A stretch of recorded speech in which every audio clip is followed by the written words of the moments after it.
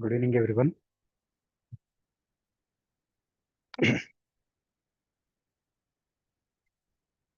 Is my voice audible? Good evening, sir. Yes. Yes, sir, your voice is audible. What happened to our uh, presenters?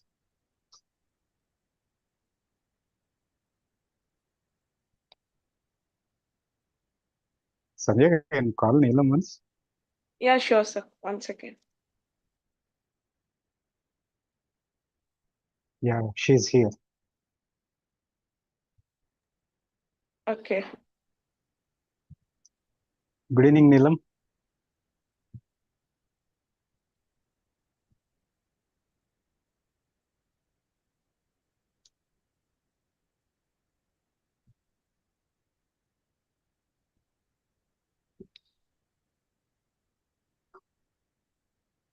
Good evening, everyone.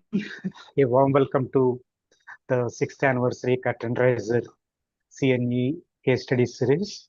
My name is Dr. Suresh Kumar. I am the chief mentor of Academy of Lifestyle Medicine, earlier known as with our flagship program, Holistic Nutrition Training Program, which we started in July 17th, 2020.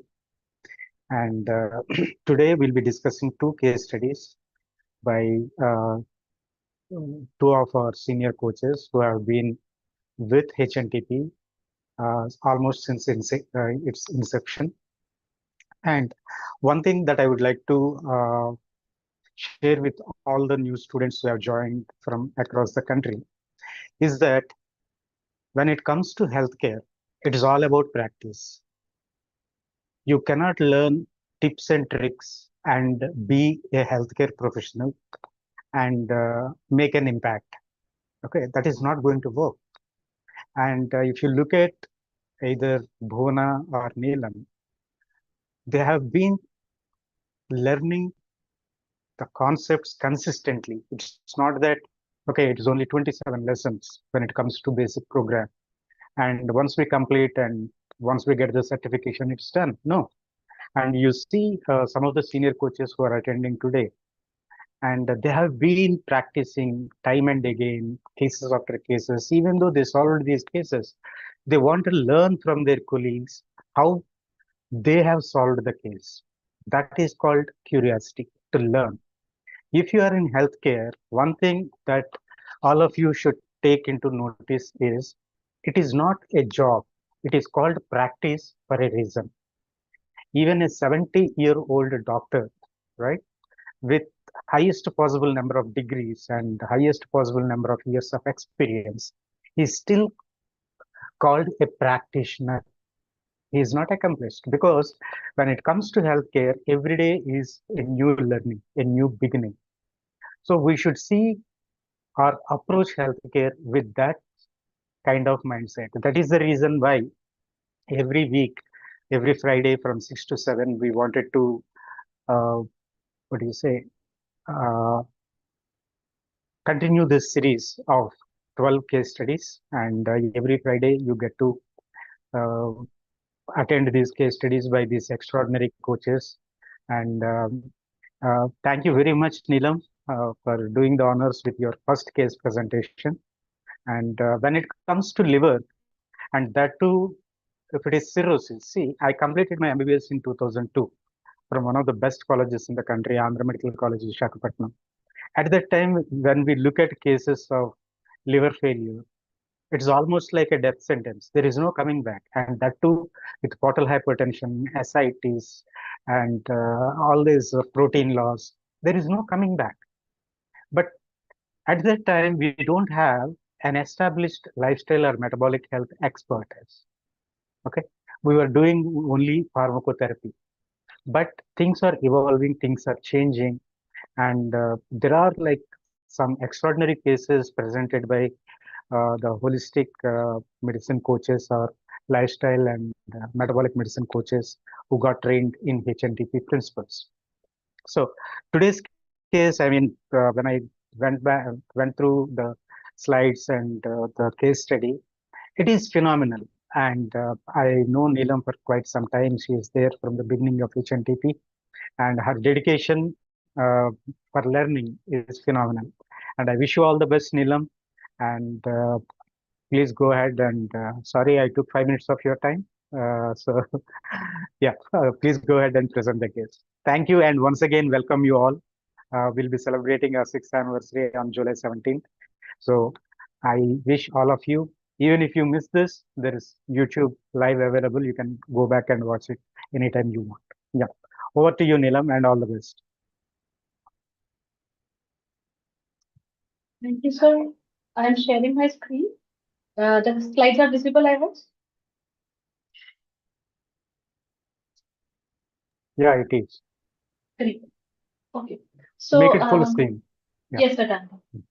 Hi, my name is Neelam. I am a holistic nutrition coach, and this case, why I am specifically presenting this case is because the person who had got me this case, I have already treated his father.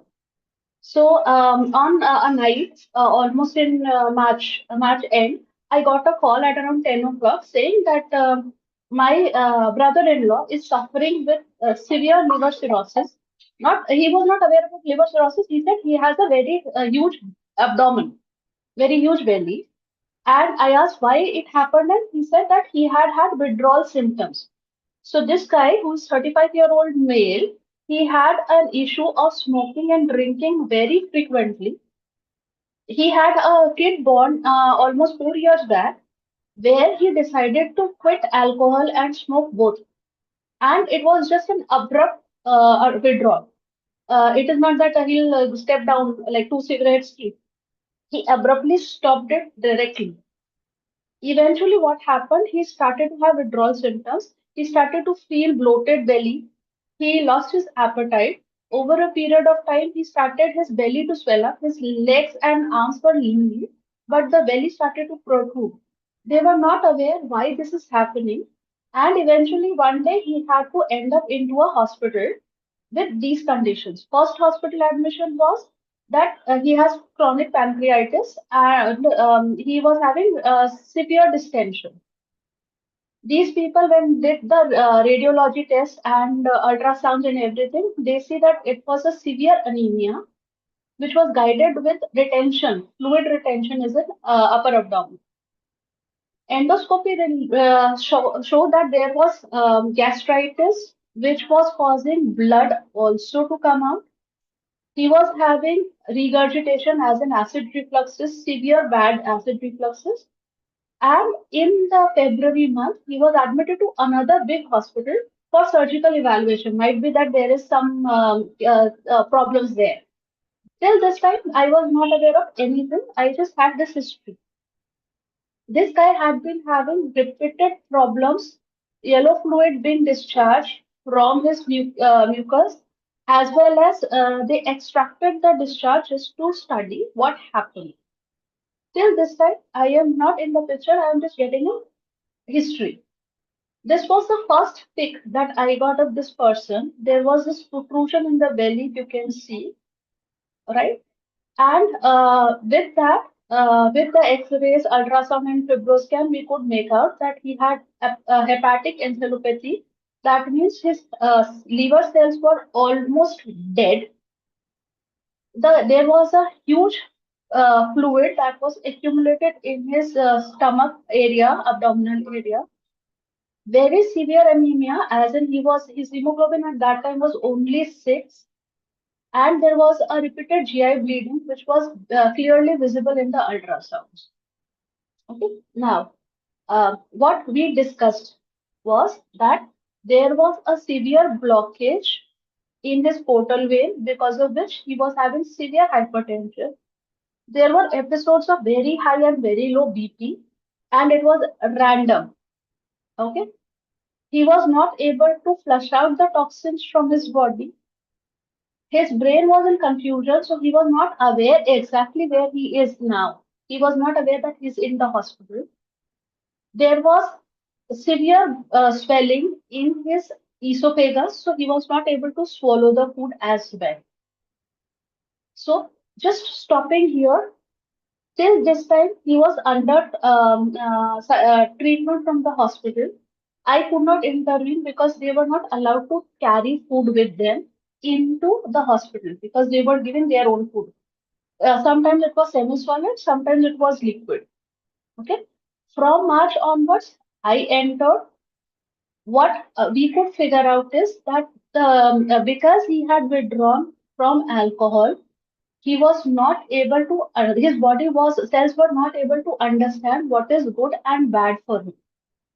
Okay. There was this tapping also done to extract fluid. Almost 7 to 8 liters of fluid was extracted from his body at that point of time.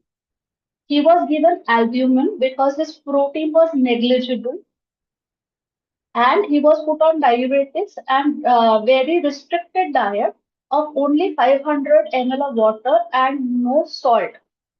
There is where we stepped in. Now, what we did is, we know liver is kind of a very angry organ in the body. If you pamper it, the organ would treat you like a friend. If you damage it, it will get angry and it will burn out everything in your body. So I call liver as the angry young man of the body, right? It is extremely fragile.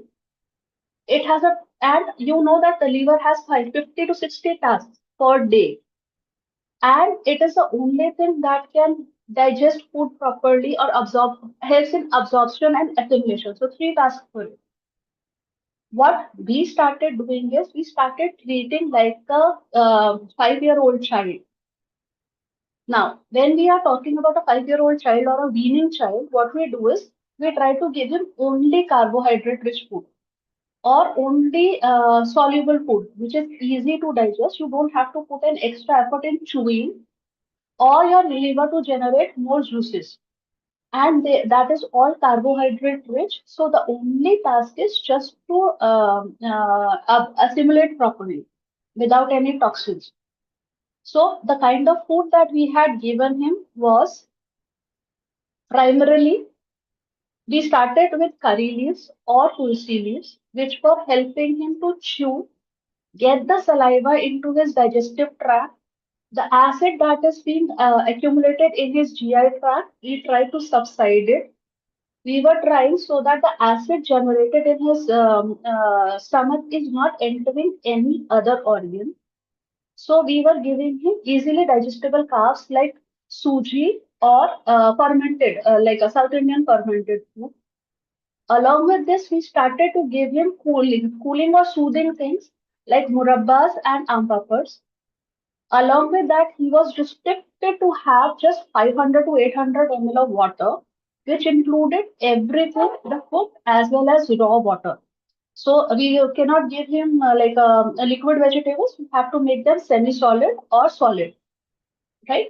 So over a period of time with this one, initially he was not hungry. When we started with this murabba and aam papad, his liver started to subside. Okay, think this way: you are having a jaundice. In jaundice, we do not give spicy food. We do not give fat-rich food. Do not give any protein-rich food. What we give is this rasgulla ka pani or sugarcane juice, so that there is no effort and we do not lose on to the energy. So energy rich foods were specifically maintained at this point of time, right? Then the meal gaps were maintained so that he is able to digest the previous meal. Now this guy is very lean. He does not have any fat mass on arms and legs, so he's not able to walk or work out. He is only lying on the bed. So what we are trying to do is we are giving him just the basic sugar sources to digest everything. So what happened is, when we started in March, his hemoglobin was only 7 or 8. By the time it was April, we could get it to 9.7. Then by May, it is 10.5. And the last test that was done yesterday, I'm supposed to get the reports, hoping that it will reach to 11. Another thing that was happening was his SGPT, SGOT levels were high. There was no issue of the creatinine, so kidney was absolutely okay, or bilirubin was okay. The SGPT, SGOT levels were highly elevated. So and when we were trying to reduce his SGOT, the hemoglobin started to stabilize over a period of time. Okay. Okay, great.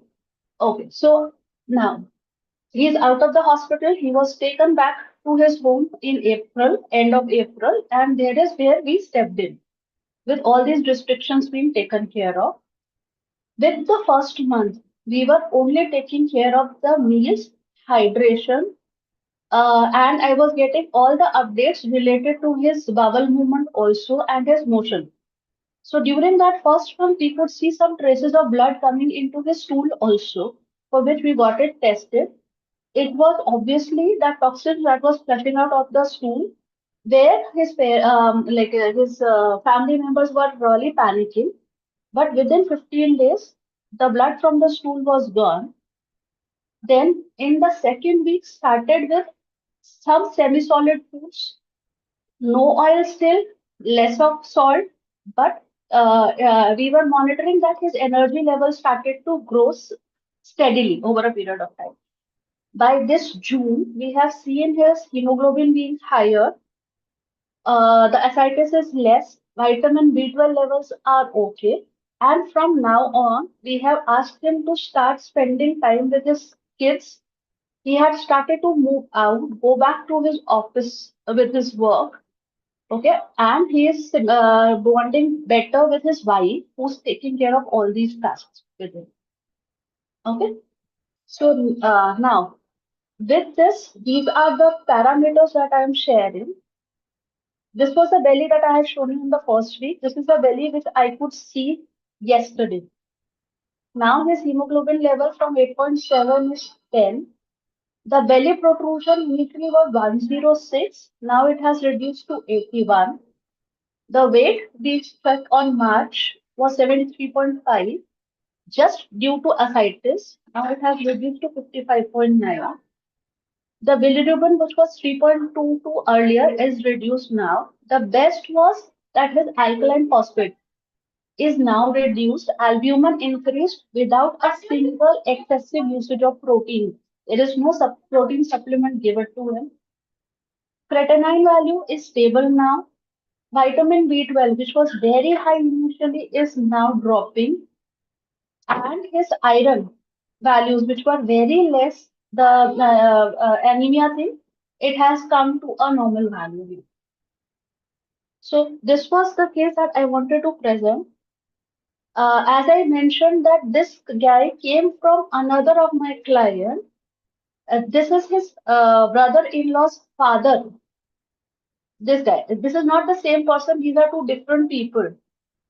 So in this case, why I wanted to bring this case is this guy just did not have liver issues. He had his kidney failure simultaneously. Because as you can see, his creatinine values were somewhere around 2.2 and beyond. So doctor had asked us for a kidney transplant and a liver transplant simultaneously for both the people who are associated with one person. We could have got both of them out of all the problems just by doing holistic tasks. The first thing that we did is treat liver as a small baby. Second task, ensure that there is no, like the water is retained, the salt that we are monitoring should be maintained. Top it all, the only problem these two people were having is why I'm putting these two cases is in both the case, one person is common, the son. What he had done is he had requested both of them to quit alcohol and smoke and vodka directly. Like you don't have to take it, you have to restrict now. And both of them suffered because of all these things, because of their suffering, because of their pain, because of their heart. They were so badly injured by that person that both of them simultaneously started having these issues. And the person who was suffering was only one person, this guy's son, who is 28-year-old and who's a brother-in-law to this guy. So one person responsible for both people having a liver issue. So it was not the person that was a problem, the person who's suffering, but the person who actually got them into this is one common person. So that's my case, and this is the feedback that we have. Unhealthy lifestyle choices and uncontrolled alcohol intake once brought me face to liver cirrhosis. Exactly 1 year ago, I was sure that I would not be able to see the next sunrise. Fear was Neelam, real. may I Yes, read it? sure, sir, please. Yeah. Unhealthy lifestyle choices and uncontrolled alcohol intake once brought me face to face with cirrhosis. Exactly 1 year ago, I wasn't sure if I would see the next sunrise. The fear was real, the uncertainty was overwhelming. Battling ascites, severe swelling in my legs, weakness, and constant discomfort. Every single day felt like a test of survival. But today, I write this with gratitude in my heart and strength in my spirit. Recovery didn't happen overnight. It required discipline, acceptance, and the courage to change. Most importantly, it required the right guidance. I'm deeply thankful to Dr. Neelam. By the way, Neelam is not a doctor. For her unwavering support and guidance after my hospital discharge. Her structured approach, constant encouragement, and clarity about what my body needed helped me rebuild my life step by step. With her guidance, I not only lost 30 kgs, but gained awareness, control, and a renewed respect for my health. Grateful for a second chance, grateful for guidance, grateful for life. Excellent, Neil.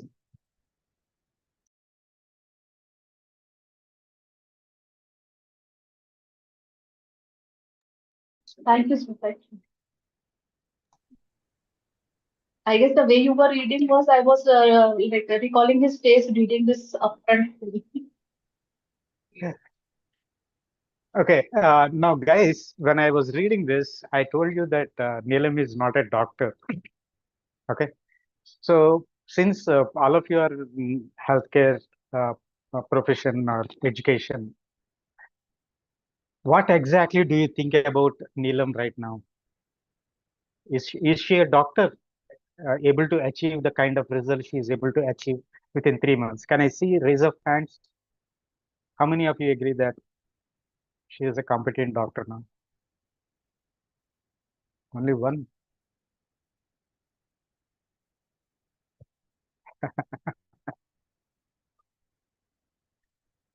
Excellent, excellent.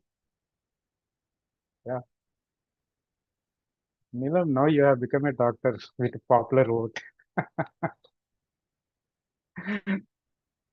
Wonderful. So why this question, right, from me is that, see, as I said in my introduction, earlier there was no opportunity for patients uh, to access this lifestyle intervention or metabolic health intervention.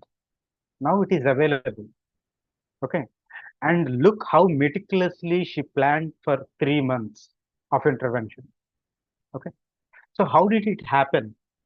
So is there written somewhere, right? You need to follow this particular protocol. No, she is able to read the patient and read the pathophysiology, understand it, and learn from her colleagues who are part of HNTP or ALSM and how they are able to, and integrate how the emotional or psychological aspect and the guilt associated with and the pain that the patient is going through and all these things put together, they collectively worked. Okay. And there is something known as MELD score, model for estimating end stage liver disease, MELD. And now sodium is also included, MELD sodium, NA score. If you look at that, when doctors, if the score goes about 20 or something like that, usually they suggest for transplantation. And here, the doctor also suggested not only kidney transplant, liver transplant, but also kidney transplant. We usually, in medical terms, we call this as hepatorenal syndrome. If you look at the function of kidney, if you look at the function of liver, both of them are like detoxicating systems in our body. They eliminate waste, the metabolic waste, and the liver like first detoxifies it, and from there it sends to different routes to eliminate them, and kidney it still packages and makes it mild and sends it out through. So here, when your detoxification systems they fail, the toxins build up in our body. Okay, so the patients they go into this hepatic encephalopathy, and from there they go into coma, and it is like one of the pathetic situations a patient can be. Now those people who feel comfortable for the next 4 minutes, you can come on camera and try to answer my questions. I mean, I'm not going to ask you uh, subject related questions, don't worry.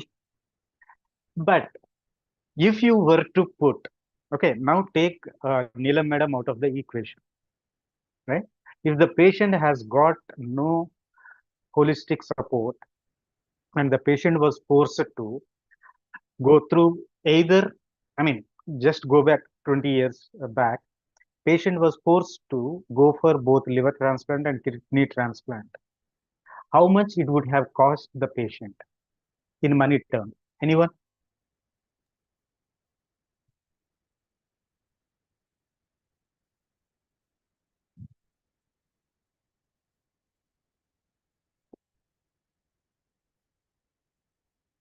Yeah, no, no. Since nobody is raising hand or nobody is coming on camera.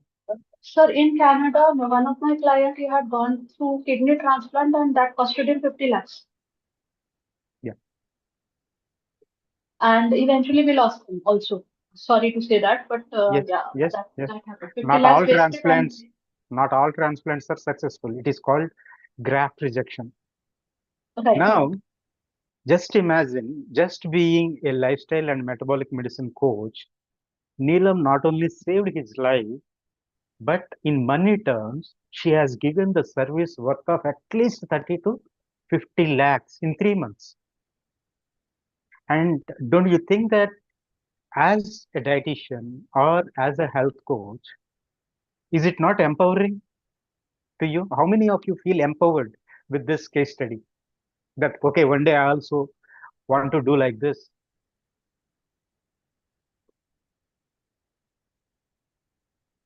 Only 5 people are interested. Come on, guys, this is a CNE. I'm not asking you any technical question.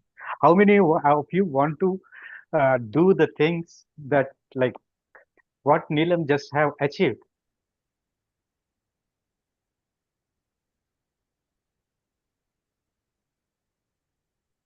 Wonderful, wonderful. Yes, this is possible. But how is it possible? Because of constant learning. That is why in HNTP we call Neelam as dean. She is the dean of all the students because she not only learns but she teaches. Teaching is twice learning, right?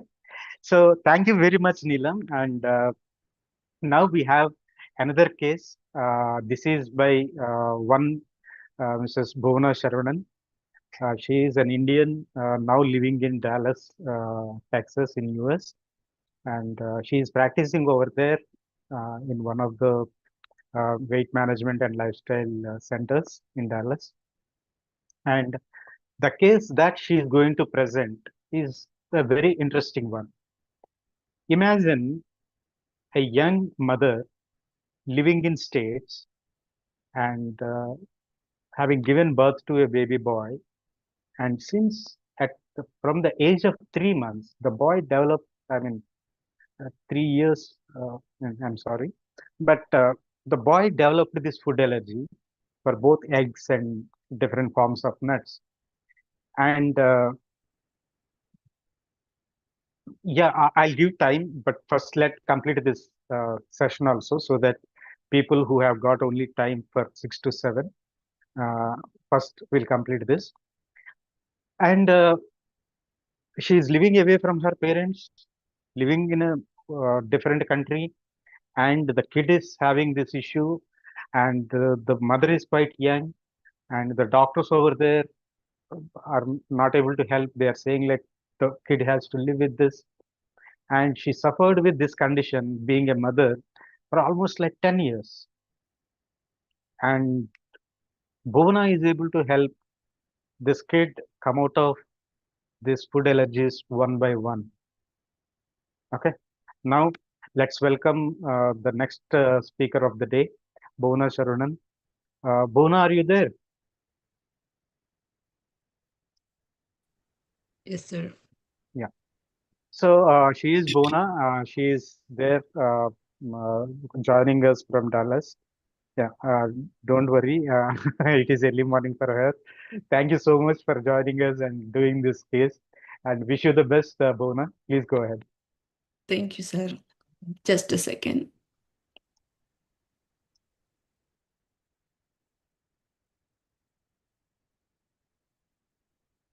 Good evening, everyone. Sorry, good morning for me.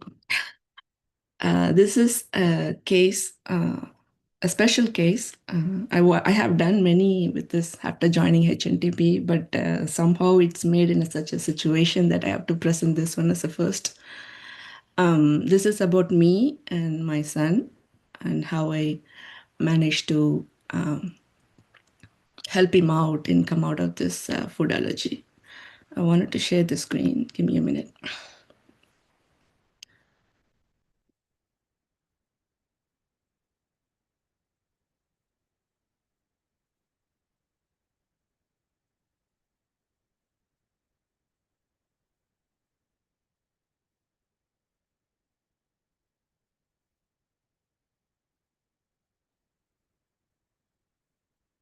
Are you able to see my screen? Yes. Yes, ma'am. Okay. Sorry, give me 1 minute.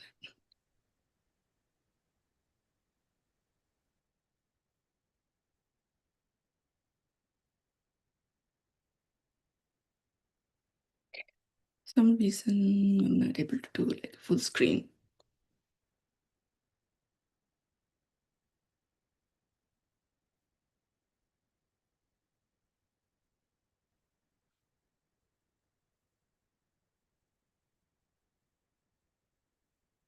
Okay. Thank you. So food allergy as an Indian, it's like a new term for us. Like even though we have heard or learned in books and everything, we never know.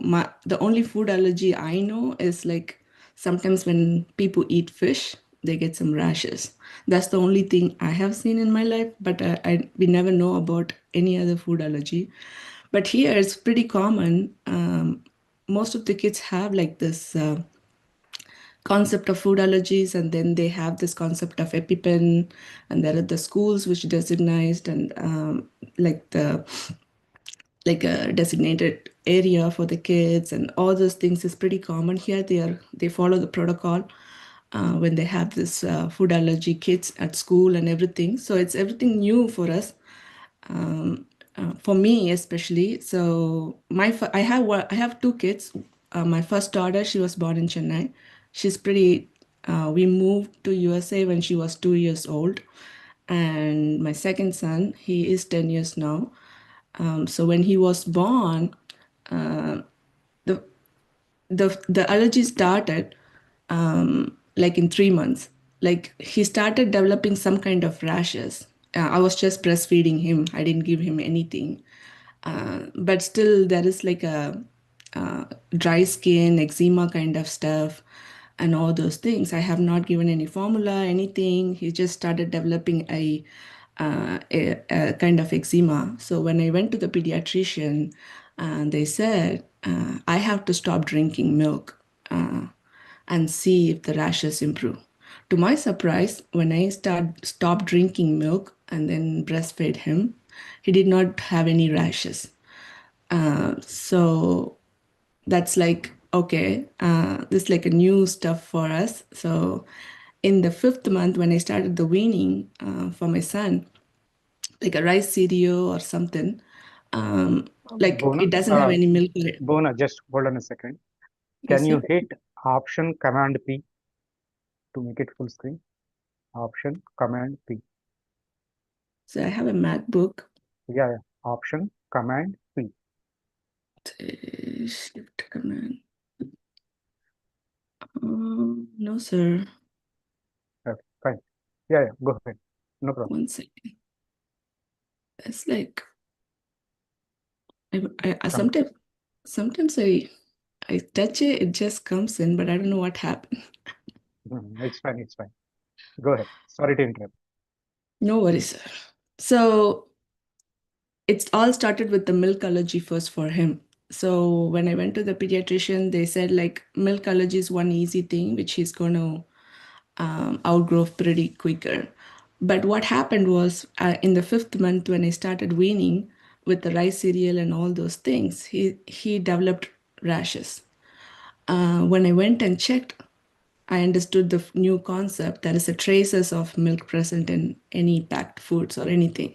So I started as as an Indian mom. We used to start like a dal and potato, lentils and potato. So when I first started with the tur dal, he started developing rashes.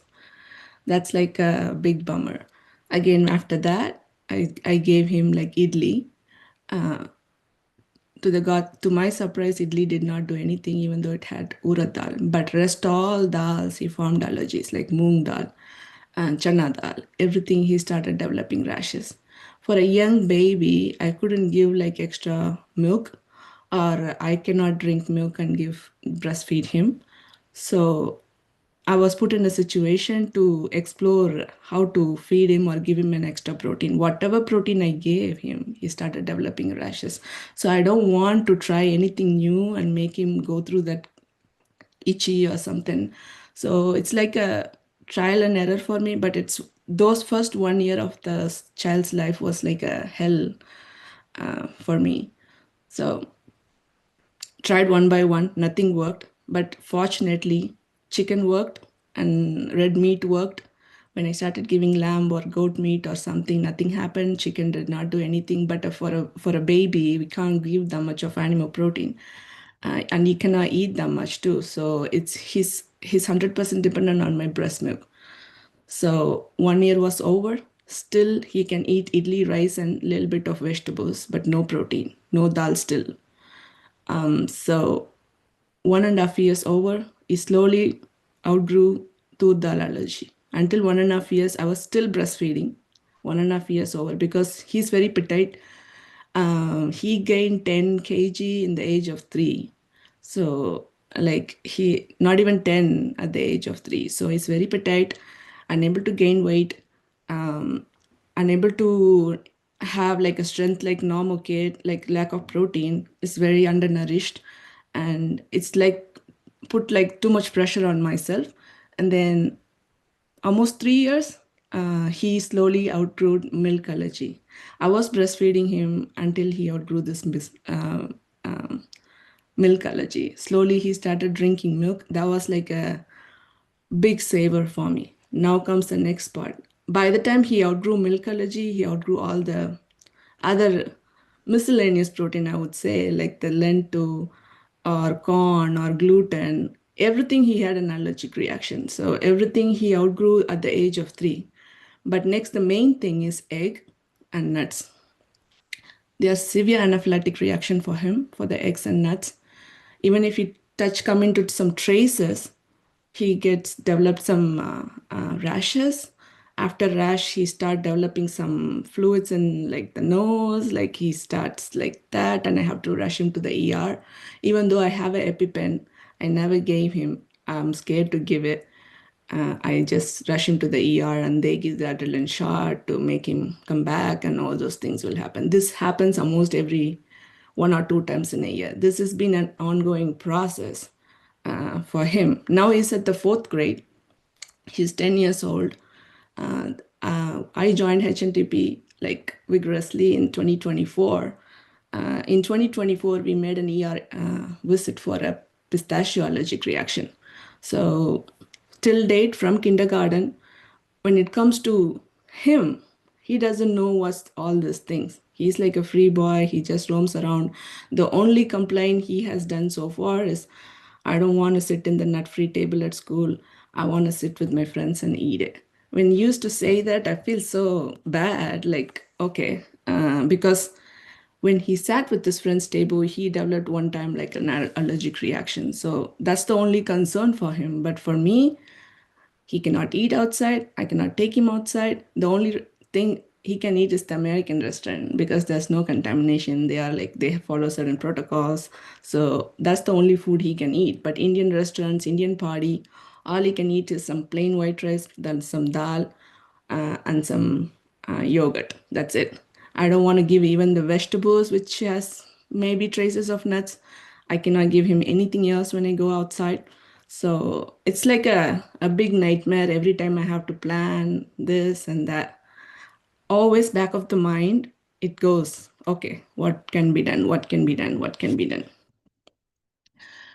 Now, coming to this, when a young child suffers, all we have to do is work with mom. So I started working on myself. Even though it's like very hard to bring it out and put it on myself and work for me. So, but I did try. So, according to my situation, physically I'm good, financially I'm well. Like vocational, I got this new job. I work at the weight loss industry and like wellness institute as a nutritionist. I've been working for last 3 years in a row. Vocational is really good. I love my job. That's how I use some HNTP principles in my patients. So socially, it's good. Relationship, it's good too. Like spiritual health is good, but psycho emotional, it's down the ocean, like always worried and thinking, and what is this happening? Why is this happening? Always there's a question, why? It's in my mind. So I know that I have to work on myself because when during my pregnancy, as you know, when a child moves from India to America, it's a good feeling, but somehow they miss or there's a homesickness in all of them. So it depends on how the way they handle it, but I know I did not handle it well those days. So a lot of depression, a lot of stuff during the time of pregnancy. So I thought like, okay, I need to work on myself to come out of those situations. First things, I always wanted to do like, okay, just keep me up every day. So even though the situation continued from the beginning, from the 3 months, ever since I first saw this first reaction with him, I know he's going to be all right. Like he's going to be coming out of all this reactions. I know that that's how it happened too. One by one he outgrew. One by one he outgrew. But after 3 years, nothing major shift happened. Like it's been like almost 9. He was 9 years last year. No change. Like egg allergy is still there to the peak, nuts allergy is still there to the peak, and yeah, anaphylactic reactions are still happening. No major change happened. So I thought like, okay, I have to work on myself to do something to make him outgrow at least egg allergy. My first concern, even I forget about the nuts. I don't care about that time. For me, egg is the main thing because it's still lot of stuffs. If you see the ingredients, there's always traces of eggs. So I just want him to, when milk is okay, like egg is okay, then I'll be like super happy. That's what I wished for. Then started working on myself. Like first step I was doing is journaling. What all I did the age regression because I know those period where the pregnancy happened. A lot of stuff went on. I started putting into the paper. Initially, I was hesitant to write. This is for all the new people who's listening. Journaling is very difficult when you don't have a practice of writing. Initially, I struggled a lot. I cannot write even one sentence or two sentences. But when I started writing, it's like pages, like 5 to 6, 6 to 7, 7 to 10. That much I hold it, and you don't get it until you put in the paper. I started writing it down, what all I went through. But our sir used to say, like, forgive people. That's another difficult stuff which you can never do. I cannot forgive people, even though I put in the paper. I cannot forgive people. I cannot forgive things what happened that time. So it took a minute. Okay, I just made my mind up by forgiving. I'm just letting it go. I'm just letting it go. So I started doing that kind of journaling. Age regression is the first one I worked on. Next one is like breath work. I stepped outside more often. I walked in nature more often. Like I did like deep inhalation and exhalation more often. And then every day I did mirror work and did some affirmations too. Okay, I'm grateful. I'm thankful. And then gratitude. Okay, what are all the gratitudes I have? Started listing down one by one. Okay, what's next? How can I help my son come out of this allergy? The final step, when I was doing all this process, I found out that I have some fear. What happens if, like the I have seen many anaphylactic reactions and all those things stuff. So I understood that I have some fear in me. So okay, I need to come out of this fear. So the last option is like the burning process. I don't know how to do it. I have not heard about that process. Have not done this before. I have not seen anyone done and how it worked for them. Nothing I know.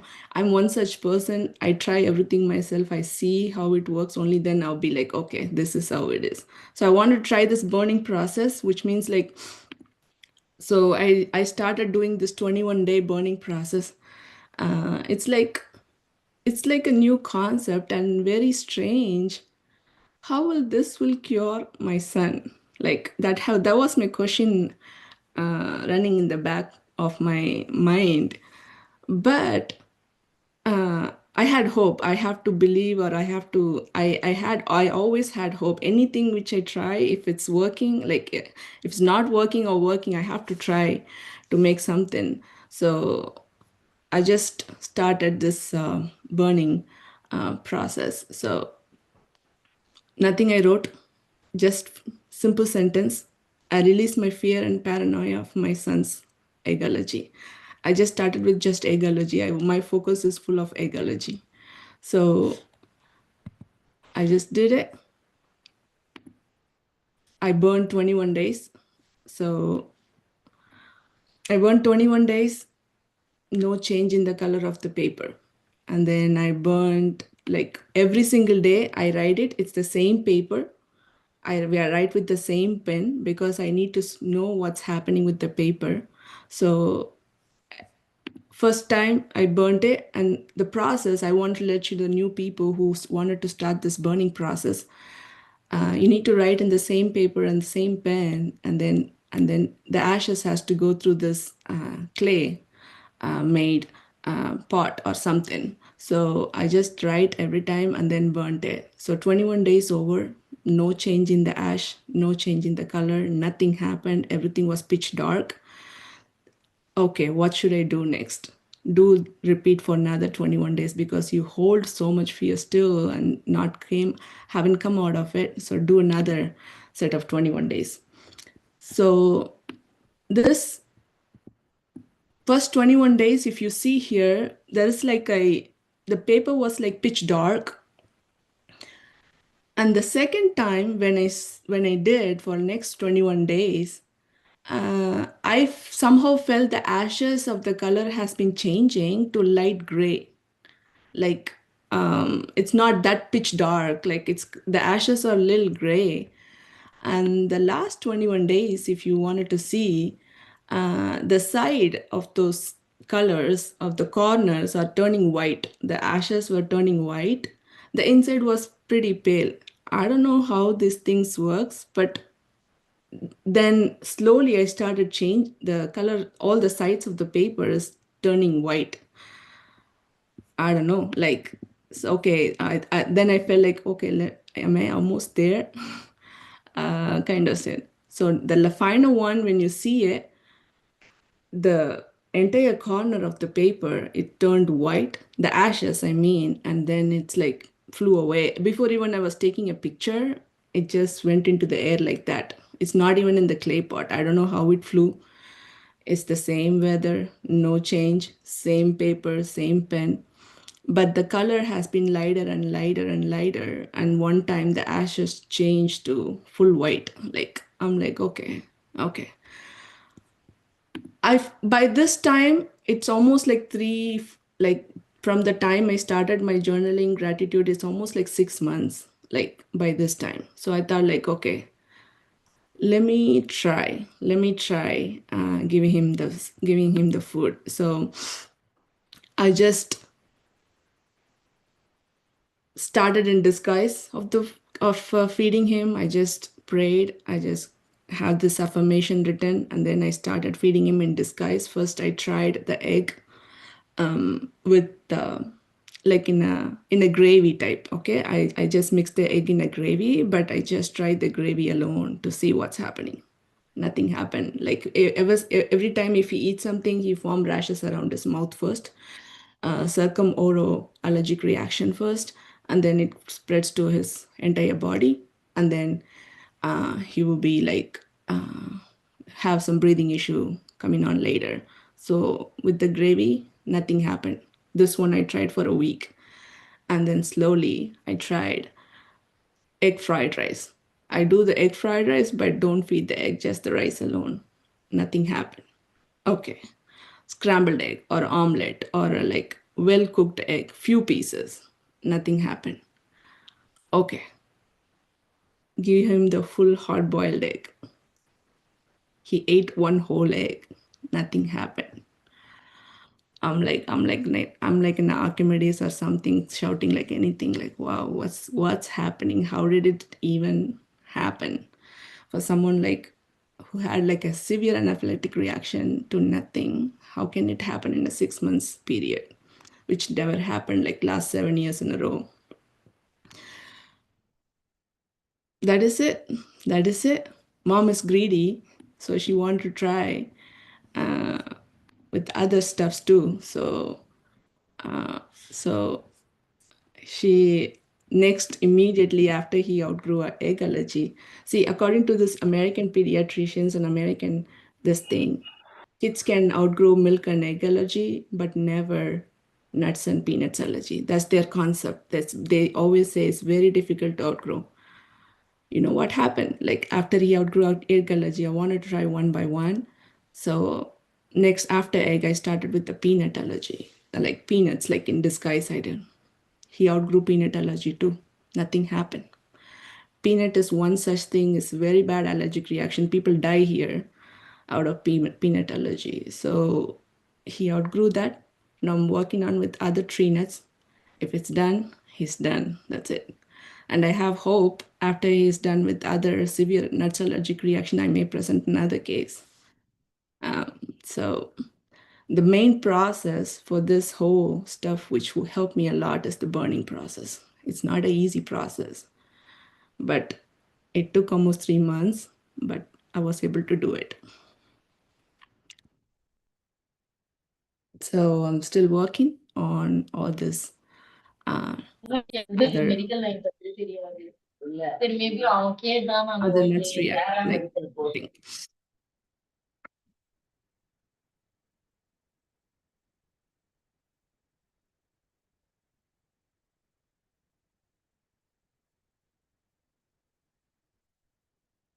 Yes, thank you. Give me a minute. Amazing, amazing, Bhuvna. Awesome. You just all made us also cry. I can feel your pain. I can feel your relief. And it was fantabulous. God bless you and your son and keep rocking. Yes, ma'am. Yeah, it was not easy, but did it. Somehow did it. Bhuvna, Yeah, Bhuvna, Neela. you may got a stop question. screen sharing now. Yes, sir. Bhuvna, have you ever tried writing a novel? Huh? Have you ever tried writing a novel? I You should wish do I that. could do like you guys. I'm not like. You don't have to. This is brilliant. I bet my Uh, presentation was pathetic. Neelam, let's invite those people who are interested in coming on camera and now have the discussion, because people actually wanted to ask you questions, and I know there is a lot of love when Bhuvna was presenting, because everyone got connected, and as you can see from the emojis. So guys, please come over and start asking your questions. Give your honest feedback on what you have learned from both Neelam and Bhuvna. I really appreciate it.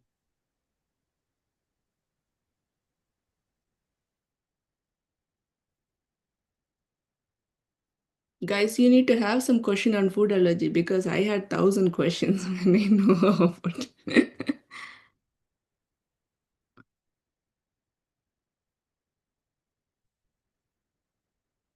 I think we could feel it all emotions, emotions, and emotions. So nothing was beating that emotions, no questions. Yeah, everyone is As processing. Okay. as Neelam rightly said, it was like living along with you as you're describing, because the conversation was right like in front of our eyes happening. Mm, No, we can feel every depth of it. A great job. And it's yeah, not easy. I feel you. Right. yeah. Elimination diet. Yeah, Mary. Congratulations. Yeah, Yeah, thank I you. mean, you know that magic is actually just an illusion, but then there is magic. So your Mm. story was something like that, that you did a magic. How it happened, we don't know, but eventually it happened. So it was magic. It's like I don't know this browning process. It's our mentor, Dr. Suresh sir, helped me with that. I was like Abhimanyu entering into that chakra view. I don't know how to come out. I'm just hearing, entering, hearing, entering. I asked him what to do, sir. I don't know. He said, I don't know. We are just entering the chakra. We never know how to come out. I don't know. We never know how it's going to work. So, paper turning white, sir. What to do, sir? That's what my uh, uh, thing to him. And he said, like, okay. So that is it. Yeah, Mary messaged something. Mary messaged something. Yeah, Mary, through my entire life process, that whole 10 years, I was doing elimination diet and reintroducing too. Like whenever I reintroduce, he gets some reactions. So I have been doing that. I did try giving him egg even at the age of 9 too, like in disguise, like baked eggs, like cakes, eggs in the cake or cookies or something. I also tried that. He was okay, but he developed rashes the next day or something when I tried baked eggs. But when yeah, I had been doing this uh, elimination diet the entire life. I don't know, sir. Sir, I have a question for you too. Here they say it's like they cannot come out of this nuts allergy. How can they say that? And they have not have anyone come out of that too. People who have nuts allergy are having it forever.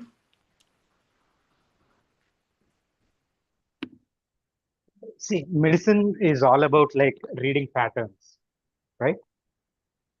So, what is science? You observe certain things and you propose a hypothesis based on your observation, and you test the hypothesis, and it becomes a principle of science.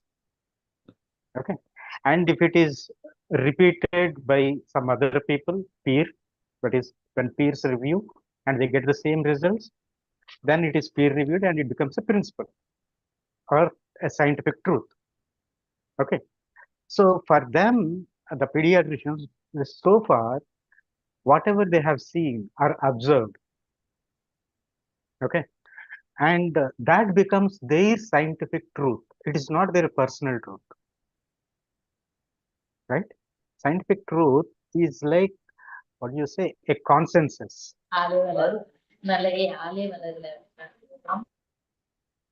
Okay, so now today when I wanted to post this about mm, for example this dialysis, right? Yeah. So I asked the AI this question: what are all the? I mean, I did deep research, and are there any case studies where a dialysis patient actually started requiring less number of sessions, or uh, the quality of kidney function improved or reversed? Okay, And there are certain cases that are reported, but the size of sample is not enough. I don't know how many of you remember during our Holisticon 2025, I mentioned when I was speaking, when I was honoring this Dr. Sravanti, I mentioned about my mother, right? So when she went through this emergency and when the doctor said, according to the statistics, then I mean, like for 7 days, I was quite patient. I did not interrupt with any of their interventions and all. On that day, when he mentioned statistic, I snapped out. See, for you, he is your son. He is not a number. He is not a statistic, right? For me, she is my mother, right? So just because of statistics and we can't do anything, we can't do something new, or we can't try something different. So that hurts you very bad. I mean, like if something is working out for you, right, you should explore how it is working. Got it? So when you told me about like egg thing is sorted, and when you mentioned called me up and said so peanut is also, then I said like, see, it is not only a burning process, Bona. You need to forgive, and there are certain things for your son. If I want you to walk on water, you may try walk on water. But when it comes to the other people in your life, Yes, sir. okay, so it is the culmination of all these things. And why do doctors say that? Because when I say if something is working out for them, and 99% of the people in a room, they come to a conclusion that, okay, nut allergy cannot be reversed, right? So I don't know how many of you remember when I taught you this gluten allergy. So is gluten is the new addition to wheat? Is a recent phenomenon? Was gluten not there 100 years back or 1000 years back? Were people not eating roti or anything of that sort? And now, why only people are getting gluten sensitive? Right? So it is not the gluten that is there in wheat, but in your system, because your system has become so sensitive, right? So weak that it is unable to process. So you got so used to refined foods and something complex, the body is like, it doesn't know how to react. So when it comes to science, as I said, I mean, I always crack this joke, right? Medicine is the science of averages. So that makes it an average science. Okay. So it is not a hard and fast rule, but given your intention and this thing, yeah, you can solve any kind of issue. I mean, it doesn't matter. Yeah, please, people, I know you, all of you have a lot of questions, and for newcomers, this kind of approach and these kind of solutions to the problem, which are not so conventional for many of you, whatever you have been reading or studying in your college learning. So feel free, and we have other senior coaches also here who have done extraordinary case reversals, which are never heard of. And yeah, utilize this next 10-15 minutes to ask your questions and clarify your doubts.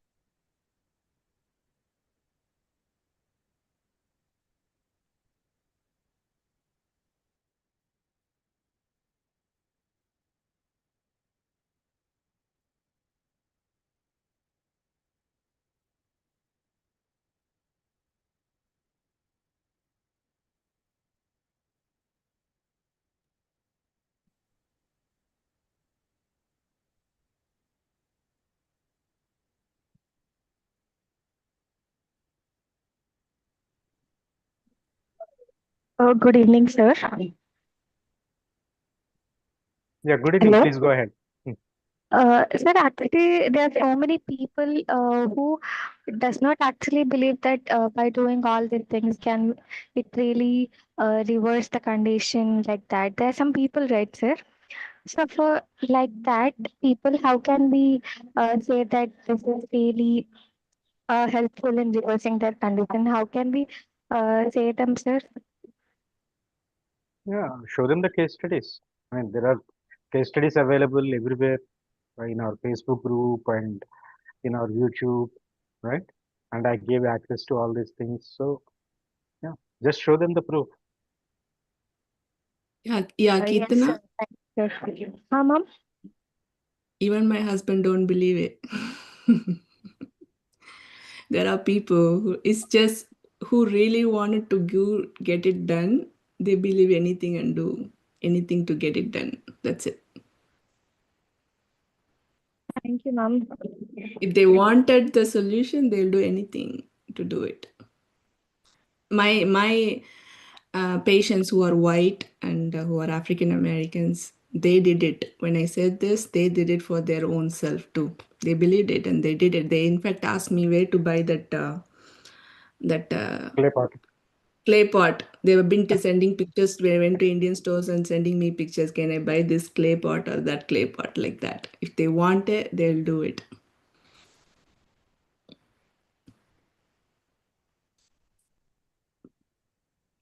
Kirti, Hi, Bona. sorry, Sandeep. Kirti, do you believe it?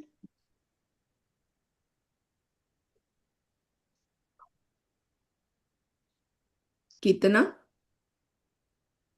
Yes, ma'am. Do you Do believe you? that this can happen? Yes, ma'am. I do believe. I actually did internship in HNTP only.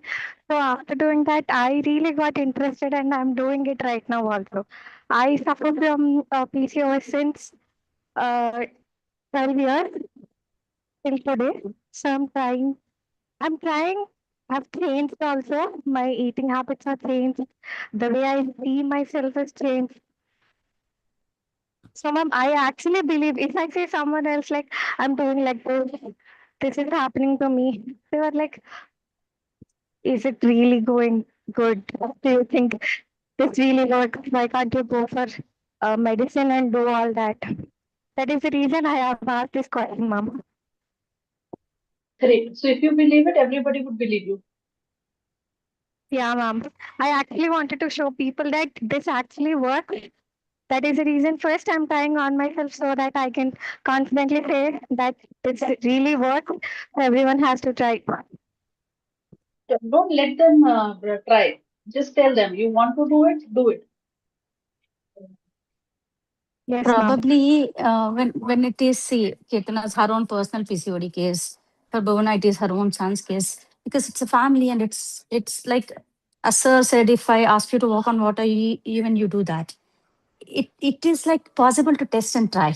But probably Bhavana and Neelam, I want you both to explain the students how they can take this to convey it to the community so that they can confidently, convince people that this works.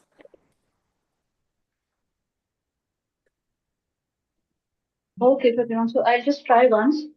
Uh, guys, this case is not the first case that I have reversed for kidney or liver. I failed in 3 cases. Okay, one kidney case I failed because this guy started to believe in me. After 6 months, he started back into bootcamp. So I lost him there. He's still on dialysis. Okay, it worked for him for 3 to 6 months, but then eventually it went back. Another case, I was totally attached with her. We were giving 100%. But I lost that girl, and I thought that I would never be able to take a liver or kidney case ever in my life. I was scared. The third case I did, I was successful. And from then on, I had never been scared of any liver or kidney failure. Okay. So what I'm trying to tell you is if you believe in yourself, you can do anything that you feel like. Just to add to that, I was still scared of the cancer cases and I'm waiting for that to be reversed now. Only one thing that I'm scared of. Otherwise, if you believe you can do it, you will be able to do it. And you'll have many more success stories to share. Kalpakam Zishan, both questions is just one. Consider your liver as a kid who's angry with his parents. He is on the floor in a mall crying for a toy, and the parents are not letting him buy that toy. Okay? Now, what you can do is you can do two things. You can show your anger to that small kid by torturing him more, by beating him, slapping him, or throwing him. That is one approach. The kid would be aggressive again. The second approach is just pamper him, love him, give him an exchange offer. You get quiet, we'll get you. You try this thing, we might get you. So just work with him like a small young kid who just needs love. Once you start giving your body love, the body would reciprocate it. Okay, so this is what I call holistic approach. Just pamper your body, listen to the feedbacks that your body is trying to give you. Once you can understand the feedbacks, you can easily recover from any disease. Just sit with your body for a while and you would understand everything. I hope I answered Kalpagam and Zishan.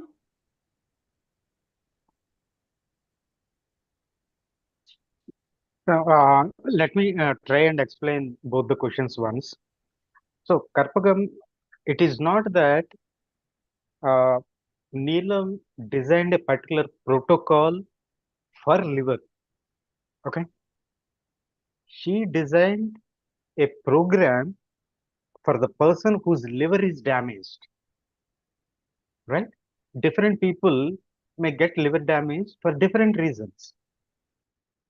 So it is the person she started treating. So what approaches for liver revival is I don't think is a right question, right?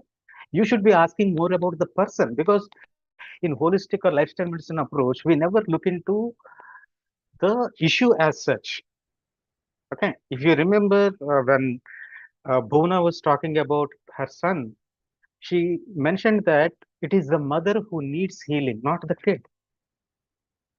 So you can't see a young mother living away from her family, sees apart, and there is no emotional or moral or family support, and looking at her kid and what kind of pain a person can endure.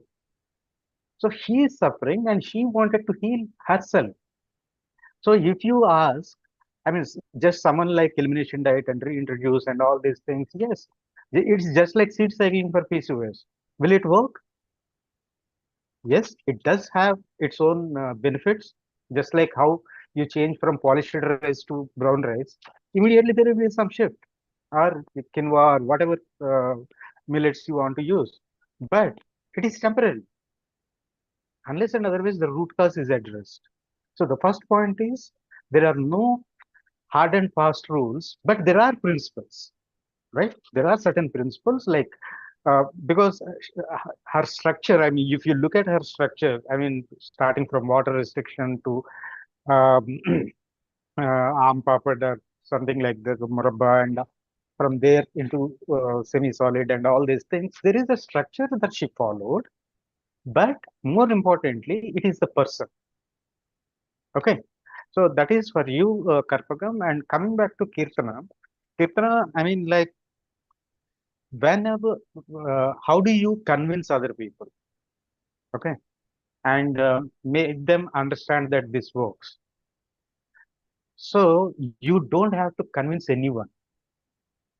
So in Louis Hay, if you read What I Believe, again, there is one point: leave your family and friends alone. The moment we see that some change is happening, okay, we just wanted to tell it to our family and friends and wanted to change their lives and all. And just because I am teaching all of you and you are helping so many people, do you think that all my family members are healthy? No, they are not. They don't believe in me. Even though I train hundreds of people and thousands of patients indirectly got help from them and they are living a happy life. So people, they don't come to me because they don't believe in what I do. So and I am not bothered. I don't even have to convince. Okay. So those who are ready, they will come to you. Got it? So the most important thing that when it comes to holistic medicine or lifestyle or metabolic medicine is increase your strength, start blossoming, start emitting the fragrance of your knowledge. Automatically, people will get attracted. If you are like, okay, I told them, but they are not listening, how do I convince? You waste your entire life convincing them. There is no point. Just now, Bona mentioned, right? See, the husband also, I mean, like Sharavanan also has witnessed the kid suffering for almost like 7, 8 years. And now he is not. And he thinks that, okay, it could be a coincidence. Or probably he might have outgrown. But what Bona did, whether you call it coincidence, and that is the reason why I stress more on quantum physics. Okay, the science behind actual healing. What is your body? How thoughts, emotions, and memories, and all these things. And I'm just wondering when she mentioned about like age regression, there was no question on age regression. Okay, till now. So these are my 2 cents, 2 points for two of you. Thank you for asking these questions. Yeah, if Thank you, anyone sir. has yeah, got any questions, please go ahead.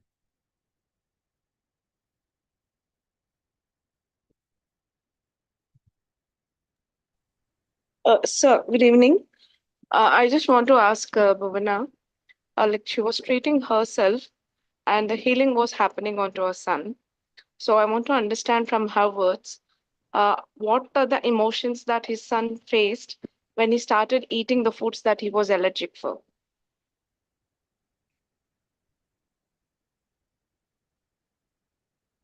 Because as the discussion is going on conviction part, being a child, that too at 10 years, throwing a lot of tantrums, and it's a hard task. So Bhuvana, tell me, how did the journey go once when he started enjoying the foods that he haven't touched for years? Right? He immediately ran into his friend's house. I can Oh, eat egg. I can eat egg. the little happiness, No, for I years. mean, like his reaction is fine, but as a mother, how did you feel? That's what I That's think what I Sanjay is. said, sir. I'm like Archimedes shouting like Eureka, Eureka, running into the street. So you told like Neelam, undoubtedly a doctor, more than a doctor, and Bhuvana, as she again proved, all mothers are doctors, first doctors to their kids. Yeah, see, the thing is like he started telling everybody that he could eat egg. See, in a school, we have to fill a form.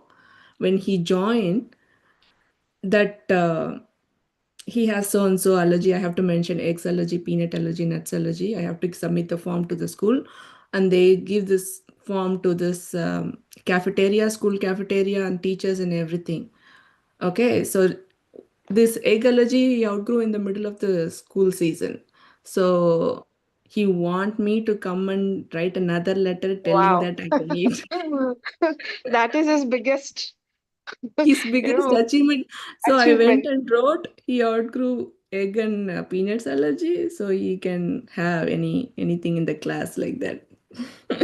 He made me next day to come and write it for him that he can have eggs because this cafeteria lady is not giving me even if it's traces of eggs like that.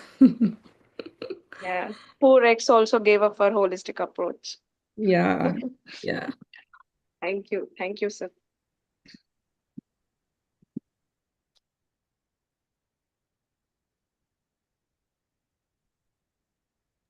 Yeah, hi Neela ma'am. The question is to you.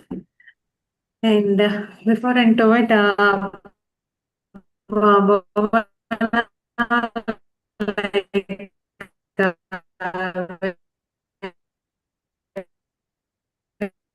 Your There is voice an is Uh, breaking. distortion. Voice is Kavita, breaking, Kavita. Kavita, are you still in your neighbor's house?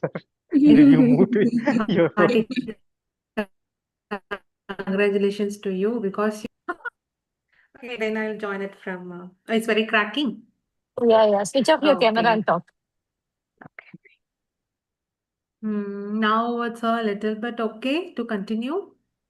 Yes, yes. Yeah, Now it's okay. better. Okay, thank God. Yeah, Mona, first of all, thank you and for sharing this wonderful presentation. You pulled us entirely asked for the whole lively presentation. I'm like an old school Kavita. Like, I don't know how this PPT works. I don't know.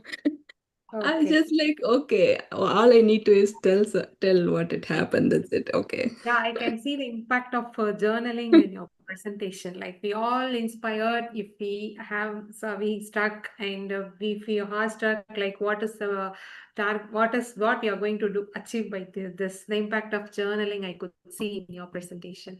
Thank you for sharing this.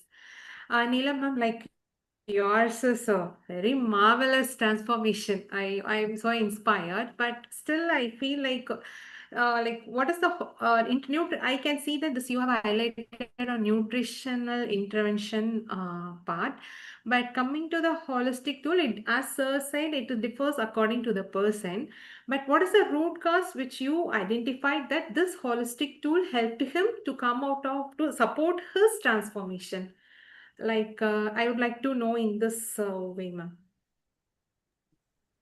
Kavita, good question. The answer is the answers are rather three because I had used three holistic interventions here. First thing was that he was thinking that his family does not love him more. So we had to sit with the family to convince that part. Okay, there was so much resentment in him that he was not feeling loved by the family. That is why everything he was eating was rejected. Okay. Okay, so that was self love and the family's love. That was first thing. Second, people do not understand how much oxygen is required by the body. When we are doing breathing, we do not realize that we are actually giving that shallow breath to our body. So here we were asking, he cannot move, so we were asking him to just sit and breathe properly. So oxygen is very good tool when we are talking about holistically. So breathwork was one thing that was introduced to both of them on the terrace with the plants. Okay. Third thing, we have to tell them that what they were doing to your body, the damage they were doing through gutka or cigarette or alcohol, it was no, it's not just that they are doing, most of the people are doing, but it is just that their body was ready to adapt to the new form. So they can easily give up. There were, as I said, they said there were withdrawal symptoms. So they were going back to have that one puff, one good packet of vodka, or one bottle, 30 ml, 40 ml. I'd never told them not to have it. Their family was totally against. Don't do it. Don't do it. Don't. I was like, okay, you want to have it? Just restrict it to once in 3, 4, 5 days because your body has been adapted to that thing now. Don't just damage your body by just saying no to everything. So these were the three things that helped me gain their confidence so that they can trust me and then they can change whatever and however I want them to change. Okay. I hope that answers the question. Yeah, ma'am. I got it. Thank you, ma'am. Hi.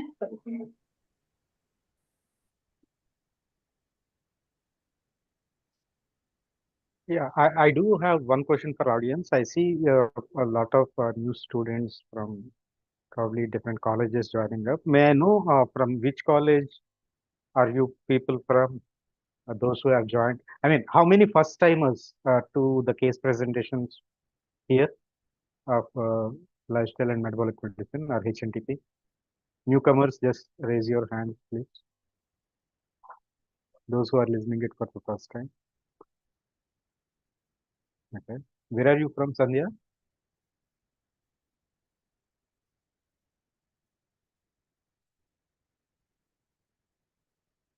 Okay, second time.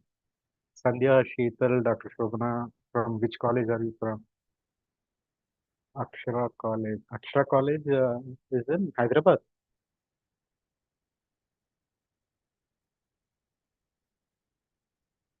Fine. And I could see Beulah. Beulah, did anyone attend from your college? KV College, Madina College. Okay, good. So, how many of you actually liked this approach? I mean, how many of you, once you come out of your college, graduating, completing post graduation, I mean, all these people, they are quite late, don't you think, in learning holistic medicine? I want senior coaches to answer this. Given a chance for you to learn this holistic nutrition in your college itself, right? Would it have helped you by this time?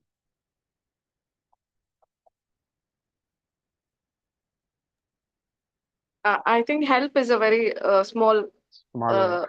word, yeah, because earlier also I've expressed my interest, sir. Had it been in our academic years, if this course was added into the curriculum, we would have just, shined in a different way then.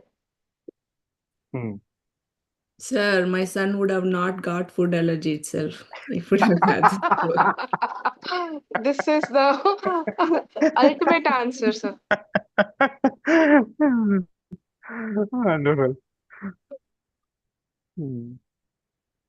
If I So, know all these things Yeah, before, I would still be poor and begging for concession. No, much of us would be in a better relationships, better financials. All the areas would have been better, sir. hmm. So you suggest this course for youngsters who are still pursuing their graduation and post graduation. This should be I part bet, of college curriculum. yeah, I Hmm. bet no one will work under anybody if that's in the one of the course. Everyone will start doing their own practice, sir, if it was there. Hmm. I feel they all have certain spiritual credits. They were here because they have the blessing to listen to these lessons.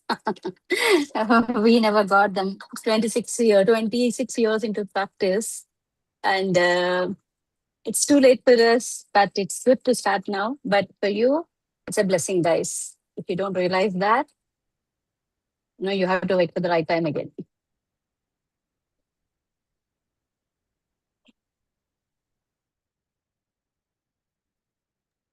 So I think in the current curriculum, whatever is theatrically learned, whatever the practices or practicals that we are doing in all these 3 + 2 years, it's only one part of the scenario. Like it's not completely what we see. Even in our internships in hospitals, there are two different boards on which they write, because what we learn in the college and what we see actually when we do an internship in the hospitals is a different thing.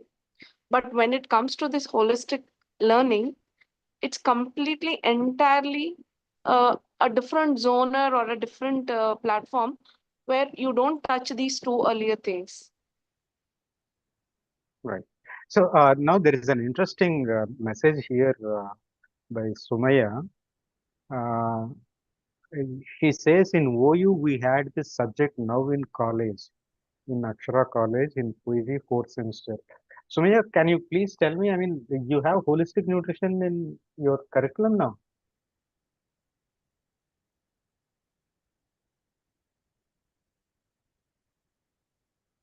Oh, who teaches you that?